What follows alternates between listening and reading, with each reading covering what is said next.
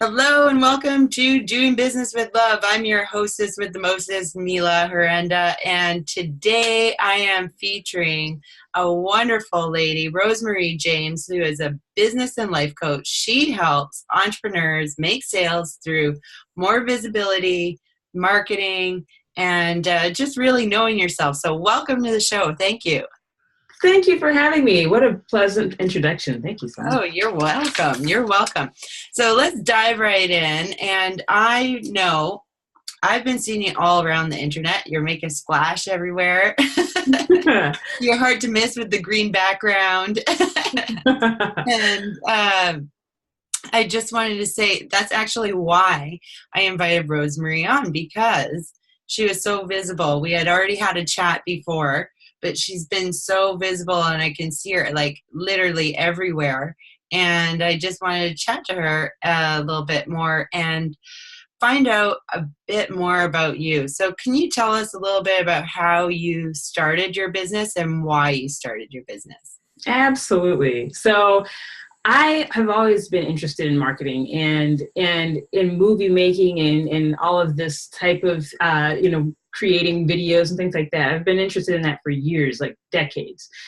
And just so as a lot of entrepreneurs might tell you, they've had a couple of different starts and stops and starts and stops.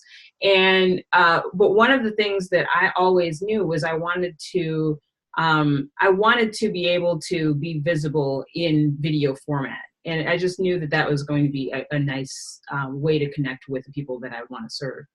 So to answer the question of how I got started, about the turn of the year and going into this year, I decided that I knew that I was connecting with a lot of different people on Facebook groups and a lot of spiritual communities and with entrepreneurs. And I knew that I had something to offer. I've had a background in marketing. I've had a background in production. So I just decided to put my services out there. Awesome. So tell us a little bit about how you have a little bit of an artistic musician side. So can you tell us a little bit about that and how you transitioned from that? Yeah, absolutely. So I got a bachelor's degree in piano performance. So I was very, very serious about becoming a concert pianist. And at one point in one of my stages a couple of years ago, I actually had a whole YouTube channel dedicated to performing weekly concerts for people. Oh, wow. Yeah. So that was a lot of fun back then. And why did you leave that behind, or have you left it behind, or? Yes, I did leave that behind. I was doing that while I was getting my MBA. So those were two totally different aspects, two different sides of my brain being at the same time. So when I graduated with my MBA, then I knew I wanted to pursue business as opposed to music. So that's Do when you still play the piano? I do mainly just for fun now, just different tunes and things. Yeah. Yeah. Okay, cool. Does it help you with your creative flow? Oh, definitely. And, one thing that I know from having done music for so long is how to get over doing something bad. If you can do Oh, something yes. bad over and over and over, eventually you can get good, I tried to play the my guitar. tolerance for being bad is pretty high. It goes up to way up here. Yeah. It's really, really funny. And it's actually something that I talk about quite a bit. You have to be consistent, right? So you have to be consistent with whatever you do. Yeah. And that's really funny that you bring that up. Like, you have a high tolerance of doing things bad, because especially if you're starting out in business, or if you're just trying things out, you're always going to flop a little bit before you get the big win. So that's so funny. I tried to play guitar at one point in my life, and I got to be okay, but I was just for me, it wasn't worth it. I wasn't going to be a rock star. So I just said, forget it. And that's also your priority, which I believe that you were saying as well, is that you were more interested in your MBA than you were to pursue the musical career. And that's great both ways. And now you have that talent and you can use it for creativity. So that's a beautiful thing. So how do you infuse love into your business? Through intuition, spirituality, tapping into that etheric quality, and being able to be a little bit more sensitive to like where the person is that I am talking to. That's one way that I infuse love, I suppose.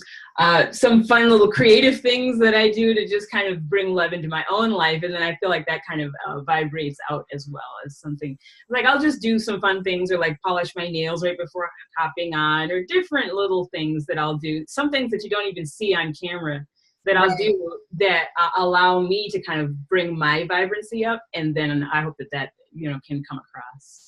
Well, it totally does, and I believe you're the first person that actually brought that up in all the interviews that I've done so far, is about how treating yourself actually radiates out. Mm-hmm. So even the little things like doing your nails, that's like, hey, I'm showing myself some self-love. I'm doing this self-love, and that does radiate out. It totally does. Always does. You always, to me, seem so happy and cheery on camera. So yeah, I'm always usually pretty happy to be on. So it's pretty genuine. I would say so, right? So the other part that I believe how you infuse love is like by all the tips that you give everybody. You always have all of these tips. Where do you come up with all your ideas for this stuff? Years worth of following some really wise people. I mean, a lot of you guys, I'm guessing a lot, you and a lot of the folks that follow you would have heard of Marie Forleo and Tony Robbins. And those are two of my favorite people that I will like study to the nines. You know, like there's this one documentary that, it's a couple, not a documentary. There are some sessions that are online that where you can see Tony Robbins going into depth with like one person in an entire audience, and I will watch the same video multiple times. And with each viewing, I will be searching through how he is, what kind of questions he's asking. How does he know what to ask to draw out that thing in that person at that time? And how does he like deal with all of these different personalities that every single person has? So like right when, he's about to draw out something that's really tender, and maybe like they're about to cry, then he will draw out another part of them that is more funny, And so then it's like, so he will use that to like put that aside and then allow this other side of them to be able to look more analytically at that part of them that's tender. And that way then, so anyway, so from doing lots of that type of work, I guess that's where I may have come up with any wisdom that you might see in my videos.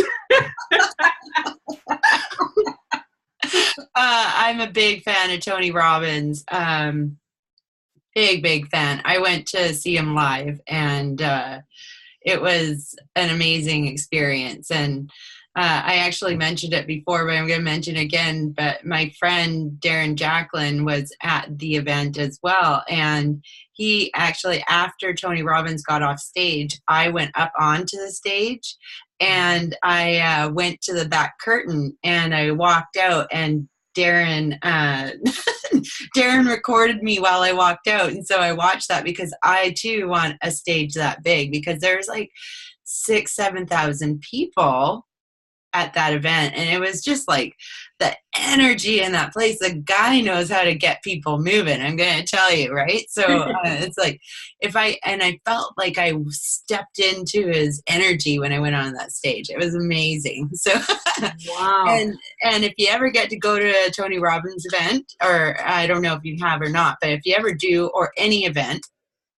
honestly, go and you feel like you want to be a speaker. I'm talking to everybody here, the whole audience, and like this is the thing, right? And Darren Jacklin is multi-millionaire. He works with many corporate companies. He's a trainer and whatever. He does everything fantastic, right? This guy is the number one dude in my books. And he was like, get up on stage and do it. Why don't you do it? And I was just like, what? No, I can't do that. Who says you can't, right? And who he was with was the guy that actually organized the whole event, that had the whole event. Wow. So I met the guy that the guy that organized the whole event watched me go up on stage, and he was like, yeah, go for it. Right. Wow. So you never know what you can do. If there's that stage there and you want to be a speaker, I really highly encourage you to go up there, do it, see it.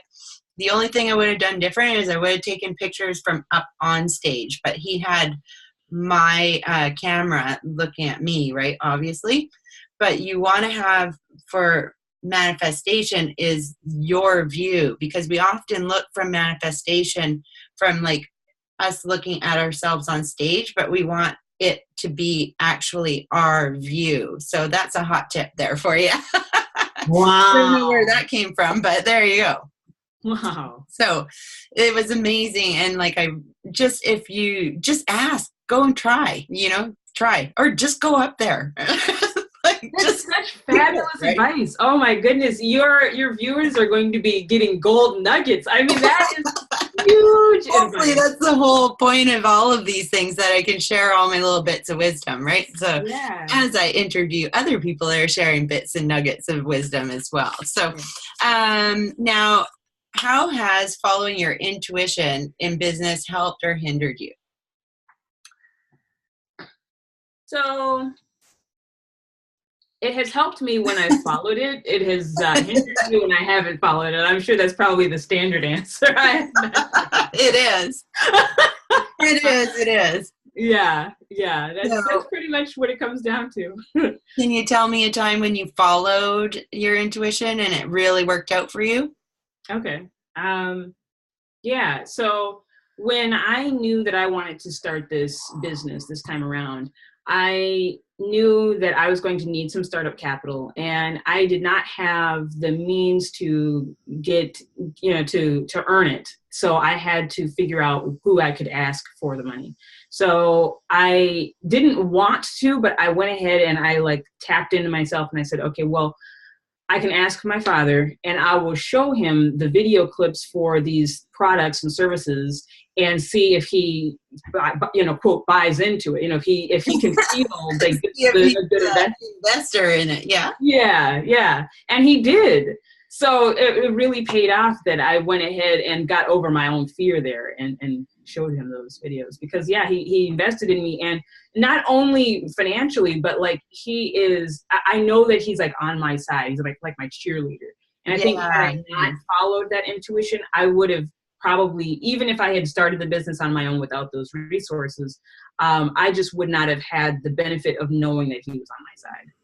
Yeah, that's a tough one, right? Because a lot of people, I'm going to tell you myself personally, I don't really have the support of my family on this whole thing. They don't get it. They don't get it at all. And so it's really, really nice that you got your dad with you on your side and investing in you. And that's actually a really hot tip here. Whether you know it or not, that's a hot tip, right? Yeah. But you went ahead and you made promotional videos. You went ahead and you had a plan, and you shared that plan with your family member, your dad, and said, this is what the thing is. And I'm pretty sure you had a payback plan alongside with that, because exactly. MBA, right? So this is how I'm going to pay you back, right? Yeah. So if you invest in me, this is what I'm going to do. Exactly. And that can be the key to getting your family to invest in you versus just saying, hey, can I have some money? Right? Right. Yeah. There's a totally different energy altogether. You showed business sense. Thank goodness. I hope so, because you have an MBA, but you showed the business sense to do that. But anybody can do that, whether you have an MBA or not. Exactly. So if you have an idea, put it together. Pretend your family is Shark's Den or Shark's Den. Did I get it wrong? Shark Tank and Dragon's Den. I was thinking both of them at the same time. Shark's Den. Oh, goodness. And you can do that. Can you tell us a time when not listening to your intuition has hurt you? Or how do you perceive it to have hurted you? Yeah. Well, there's one that's really, really, really fresh. Okay, I'm sure. not sure if I want to go there, but You don't have to, but I'm trying to think of a different one because I want because this one is so fresh that like I already know how to fix it. So it's you know what I mean. So, but I want to think of like a time where I did not. Um,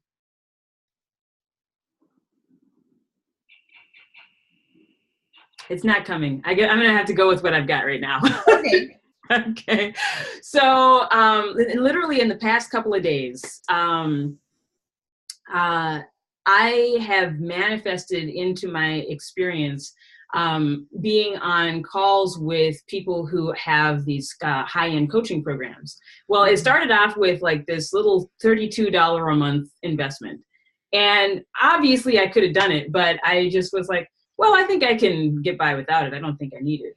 And so by me not listening to my intuition and doing that, then I ended up manifesting another call, which was a $99 investment. And same type of thing. I was like, well, I could, but I think I can do without it. And so then the same thing happened again, another $99 one. And then it jumped up and it was 2,500. And by this point, it's more like, okay, I really need your services, but I don't think I want to invest that much, in one fell swoop, right? And then, but then it was like it's like the universe just kept saying, "Okay, come on, you gotta fork it up somehow." And so the next one was $6,000, and then it went up to 10,000. I'm like, okay. And literally, by the time I got to the $10,000 coach, she said to me, essentially, your soul is going to keep raising the price until you make this investment. And now you've gotten it to the point where the good thing is because of this investment, because of this, the level of investment, how much you put into this thing is going to allow you to bring out a whole lot more. So the good thing is because I delayed it so long, I'm at the point where if I invest in this $10,000 opportunity, it could really help me blossom in so many more areas of my life than the $32 one would have had I just. Oh yeah, for sure. Mm-hmm. And the other thing is,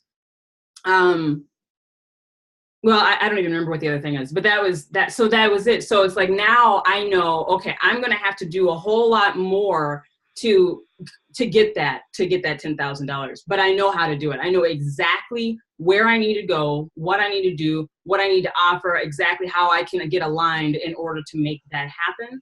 And, yeah, it's just a matter of, getting all the pieces into place and getting them in line, and doing what I got to do. So, yeah. Yeah, and that's a really good point because seriously, when you invest in lower end products, Mm-hmm. that's a great starting point. You're investing in yourself, right? Mm-hmm.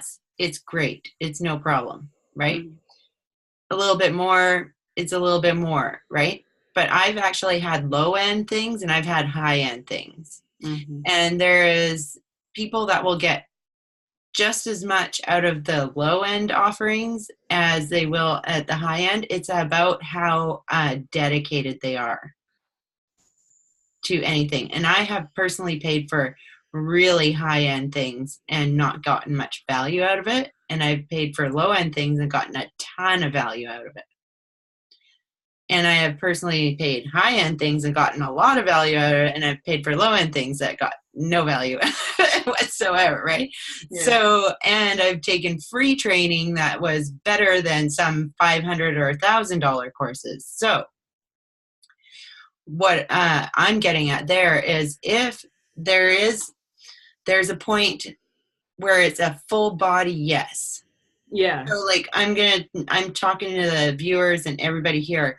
When you are trying to decipher if you want to move into that space, are you energetically connected to the coach? Right? Do you really, really need those services at this time, or do they just really have great marketing, right? Because sometimes they have really great marketing and it's not actually what you need for your business at this time. And if you're really, really on the fence, it's probably best to say no. And if you are really a full body yes in it, then go for it. Manifest that money, get it done, and then invest your heart and soul into it.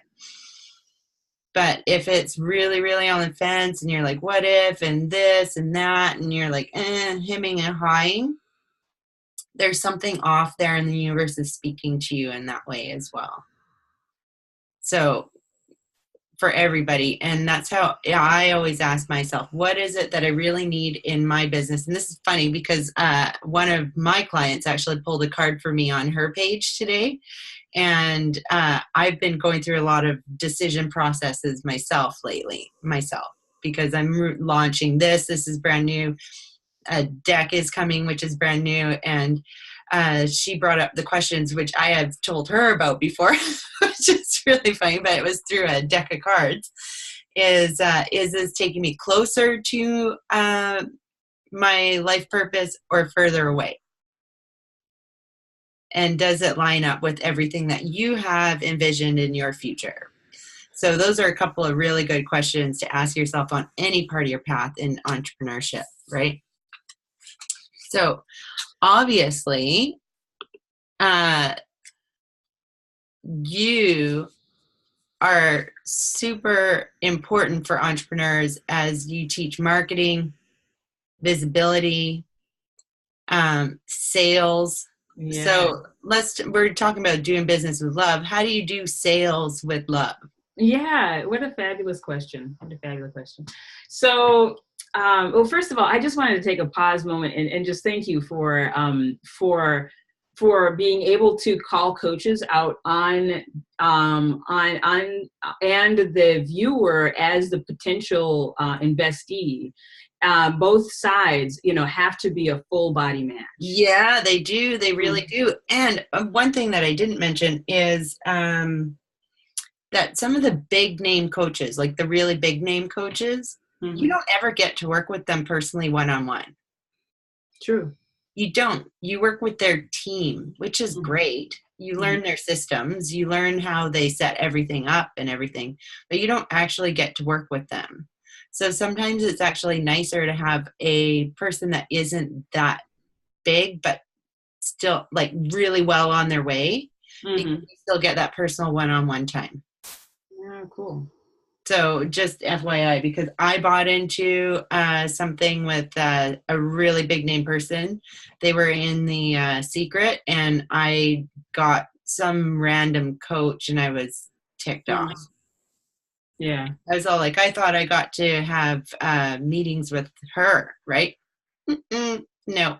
Wow. No, she was on a call that you could barely ask questions to once every 2 weeks or something, because there are so many people on the call. Yeah. Is it go for the volume and the money, right? Right. So, and she's definitely a money person, not a doing business with love person. She's not. She's good. She's good at making money. She's good at what she does, but boy, it's like she will. Anyways, the whole different story. I'm not mentioning who it is. But I was very, very disappointed with the services, right? I ended up bowing out of that, and still then they tried to sue me for not paying my end of the thing. And I was all like, are you kidding me? You didn't provide the service that you said you were going to. Wow. So it's all cleared up now. But like they actually had a lawyer call me from the States. I was like, not happening. I'm not paying. So I already sent, and I did everything correctly. I sent in everything and blah, blah, blah. Anyway, so sales with love. Let's do sales with love, because that is the exact opposite of sales with love.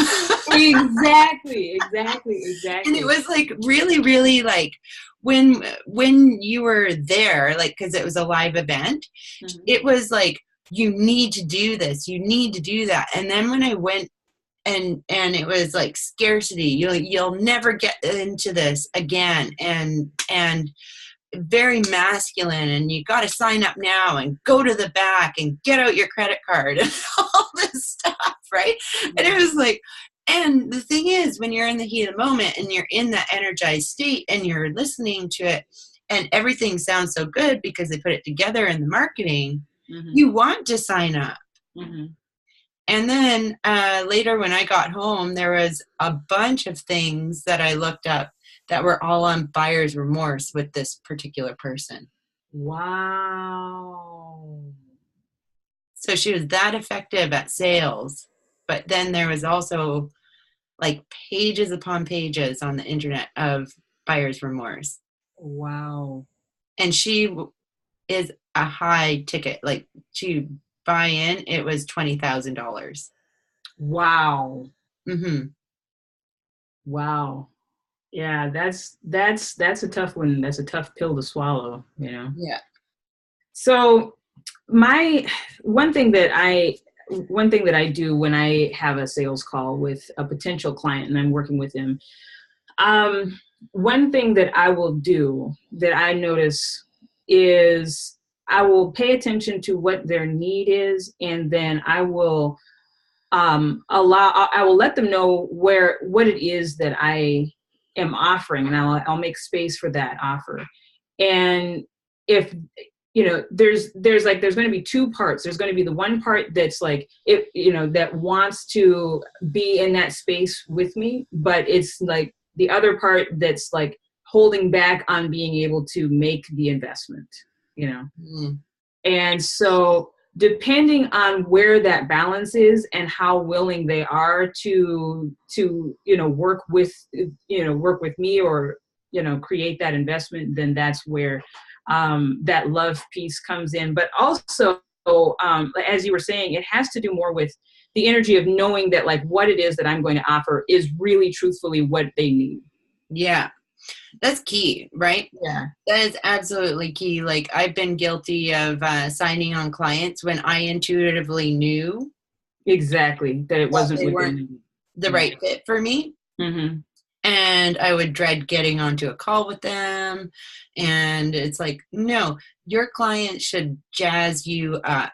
They should Mm-hmm. like really, you should be looking forward to that call. It's like, it doesn't even feel like work. You can talk to them forever, but time's up. Sorry, gotta go.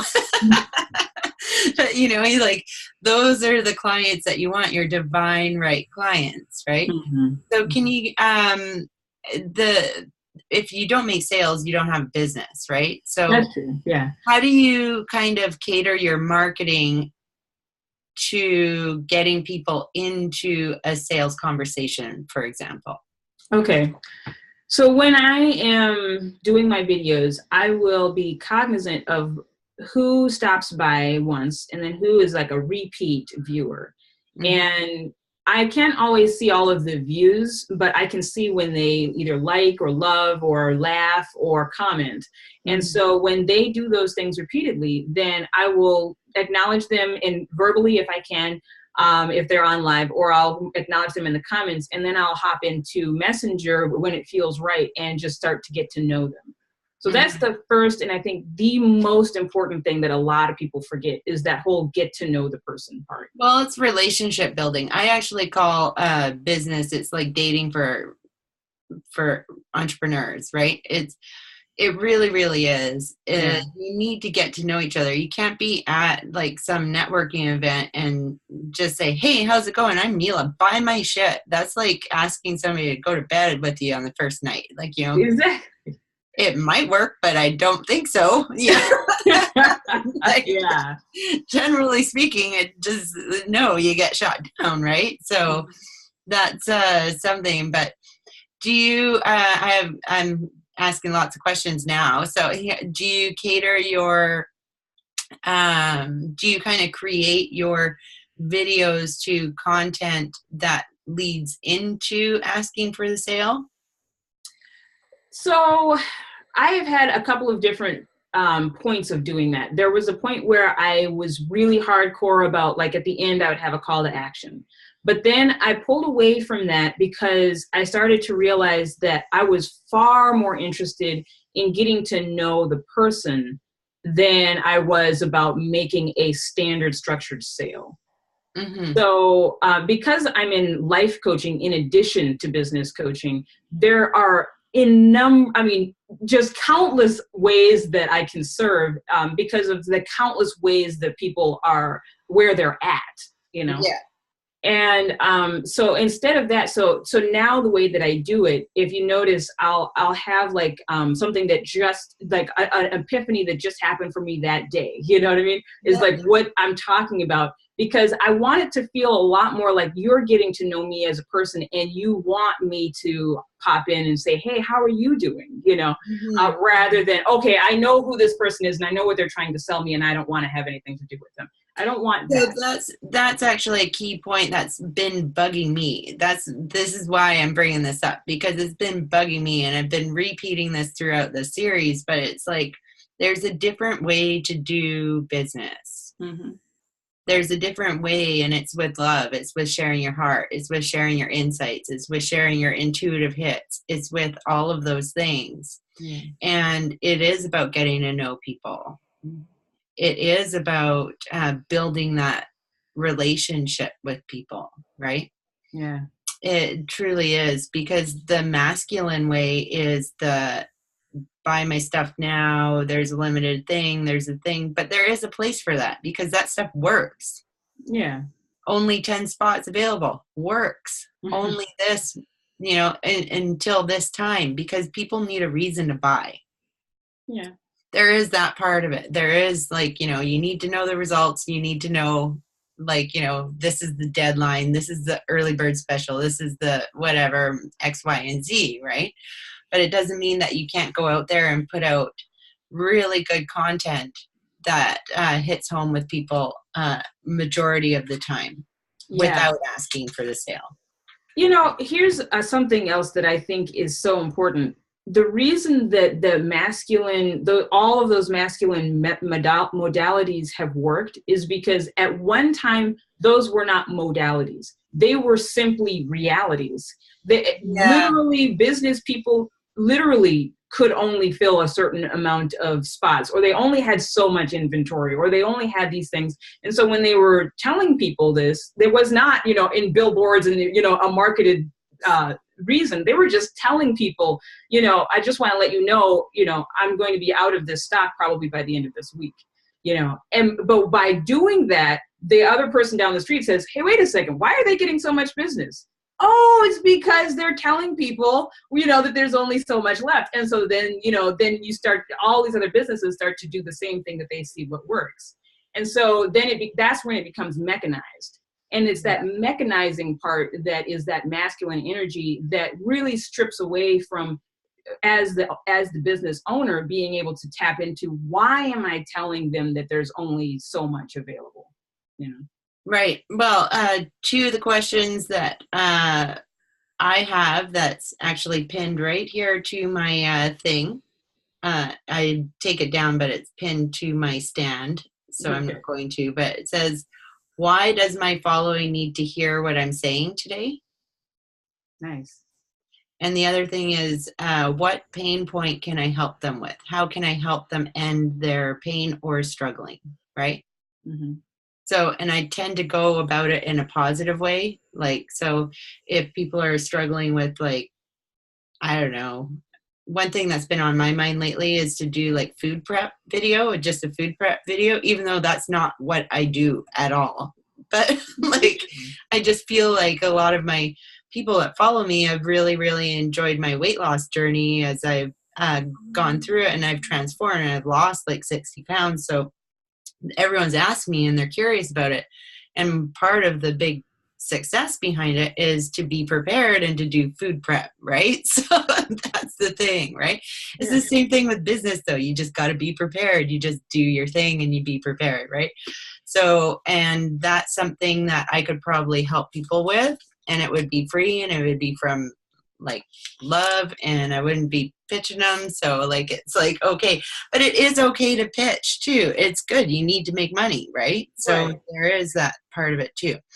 So please give us a couple of tips. Like maybe you could give us a couple of tips about how to convert these new business dating relationships into actual sales.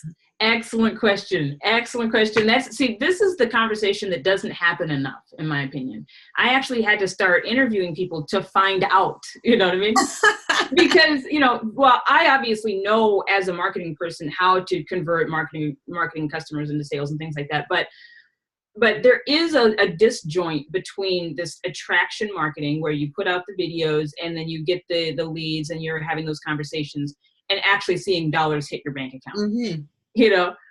So the missing piece in there is being willing and able to write a physical list of all of the people who you are actually engaging with and building these relationships with, and then methodically going through and asking them, would you like to know what I do? Just ask them, would you like to know? Because if you just tell them and you don't assume that, and you assume that they want to know, that's when you're going to get the hands off.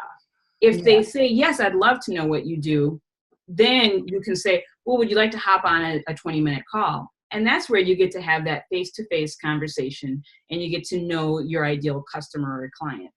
And then from there, then you can know what of your offering is going to fit their need. Right. That's a good way to put it. That's what I teach as well. Like, you have to do the personal reach out. The best is actually on the phone. Like in business world sense, like if you can actually get people on the phone, it's the best. If not, video is second best, if you ask me.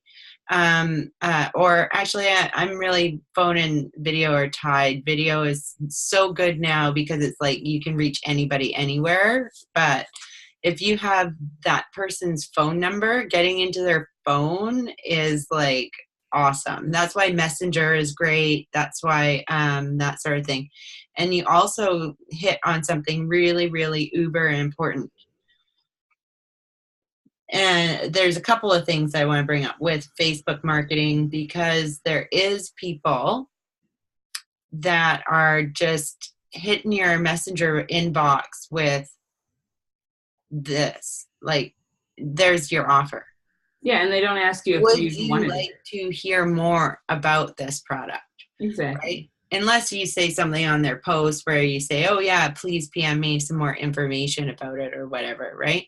Mm-hmm. But and the other thing is too, is like one time I liked one girl's post one time. She messaged me.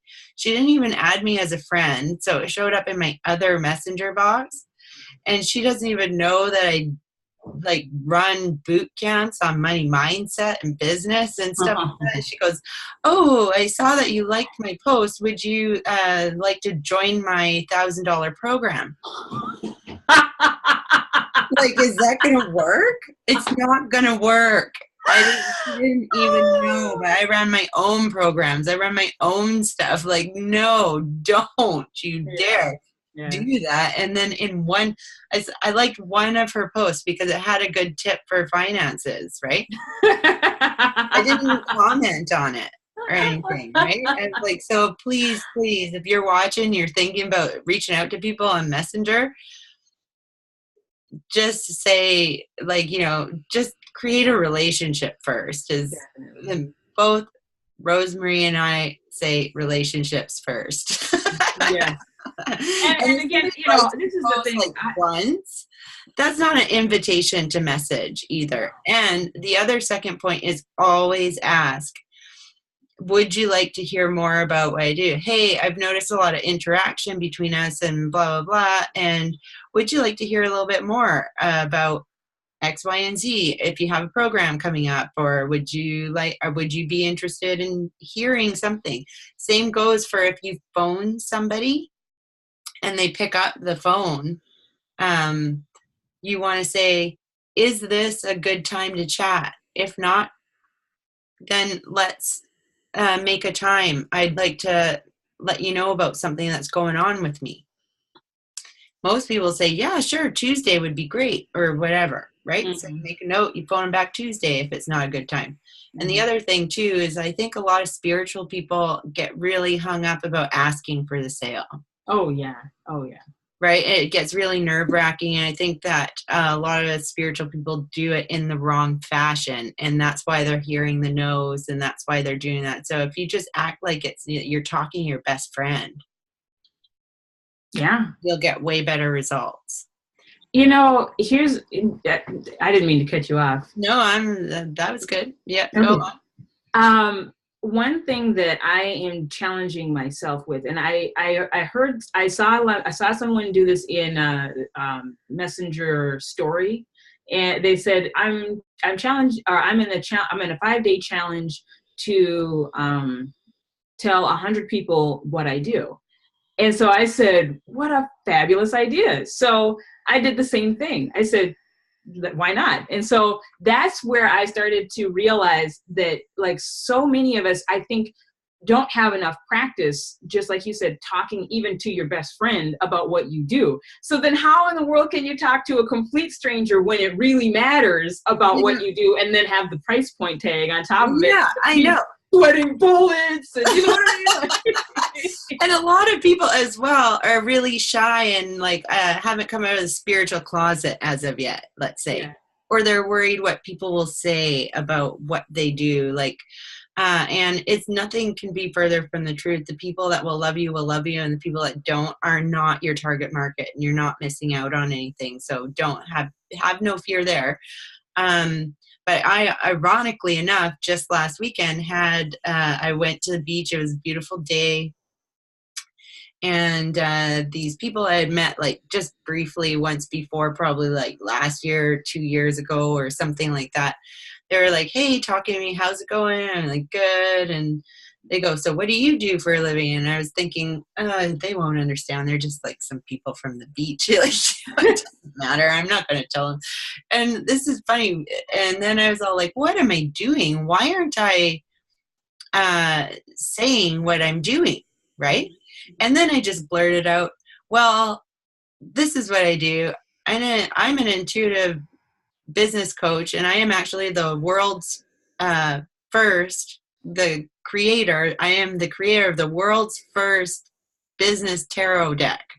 And they were like, that is so awesome, right? And like, whatever. And I was all like, and then it felt really good. So like, claim that title that you want, claim it and feel it and do it.